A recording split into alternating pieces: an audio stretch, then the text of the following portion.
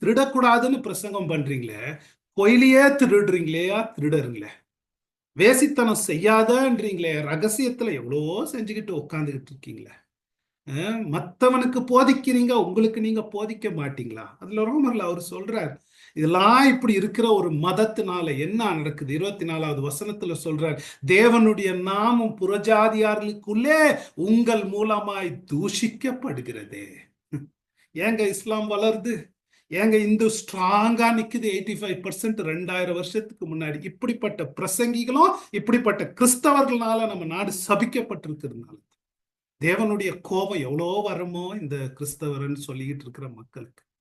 இதான் நம்ம சில நேரங்கள் நினைக்கும் போது இதயமே உடைக்கிறது.